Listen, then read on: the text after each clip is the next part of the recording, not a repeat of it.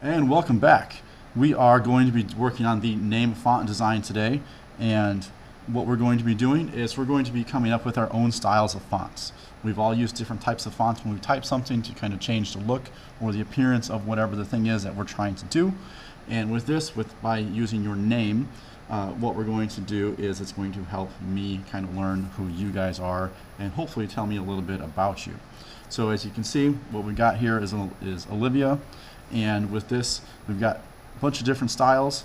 Some of them a little bit more traditional with the cursive like this. Some of them are a little bit more drippy. We've got some down here that are cats, and then we've got kind of the YouTube style over here. So a little bit different ways of showing things. Here we've got Rachel. We've got little circles to make up the names. We've got some geometric shapes that have a little bit of a slant to them. We've got kind of more of a traditional bubble shape. We've got some clouds. Now you notice with the clouds here, she ran out of room. So we took that and we wrapped it around to the other side. And that's what I want you guys to do, because I want you to be able to finish your name in that style. Okay.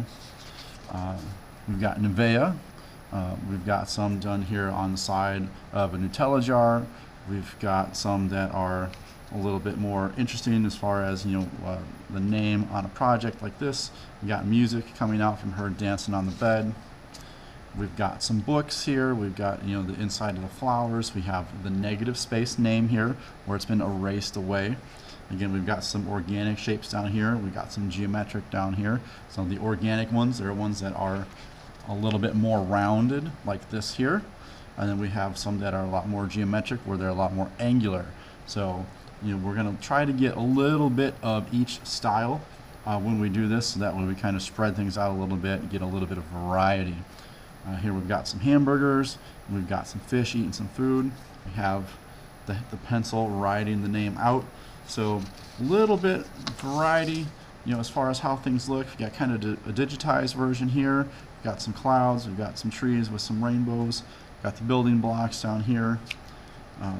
Lots and lots of different ways to do this. Again, we've got the organic versions here. We've got more geometric versions over here. We've got the letters backwards. We've got the letters going forwards, actually on a name tag or on the side of a bus. Okay. We've got some in some popsicles and some flowers on the sides of baseballs and pencils. Again, lots of variety of this. Now, some of the things that we want to avoid with this is we want to avoid the letters being really big like this here, because just these 3 letters takes up the entire line. We don't want that. Okay. Yes, it's an interesting looking shape, but we can do those on a much smaller scale. So instead of it being 4 inches wide, we can take that same style, bring it down, make it 1.5 inches or 2. Okay, because trying to get 4 letters, that would take up an entire line and a third. We don't want that. Okay. And then here we've got some graffiti on the brick wall. We've got some bowling pins. We've got some road sign, or some streets rather. And then we've got some birds flying off in the distance. So now that we've looked at some examples, what we're going to do is we're going to get started with laying this out. Now we're going to use this piece of paper here, 9 by 12. And what we're going to do to start with is we are going to divide it up into 6 rows. So we're going to go at 1.5 inches, 3 inches, at 4.5, at 6, and at 7.5. And then we're going to slide the paper down. We're going to do the same thing on the other side. Notice I didn't rotate the paper. I slid the paper down. And the reason why we want to do that is if the paper is a little bit off on one side, we want to make sure that our lines are nice and straight. Because on this one here I measured earlier, it is 9.25 down here on this side, and then up here on the other side it is a little bit bigger than that. It's 9 3/8. So if we were to measure from here to here and then from here to here, then that would give us an issue because our lines would be all slanty. We won't want that. Now we want to draw these lines in lightly, because ultimately we're going to be erasing them. So we're just going to use these kind of as a guideline to kind of tell us where things need to be. And we're just doing that so that way our letters don't get really big and get real large on one side and then end up being real small on the other.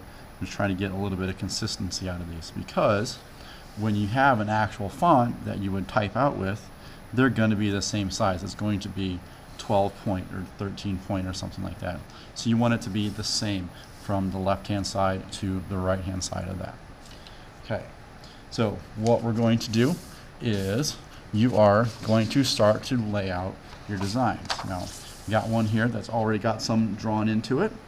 So we've got some geometric ones. We have some organic ones here, and with a little bit of variety. We got, you know, this one here. It's a grill, so he's got it plastered across the front of his teeth. But when we go to do this, we want to kind of start out drawing lightly because we're going to put colored pencils over these.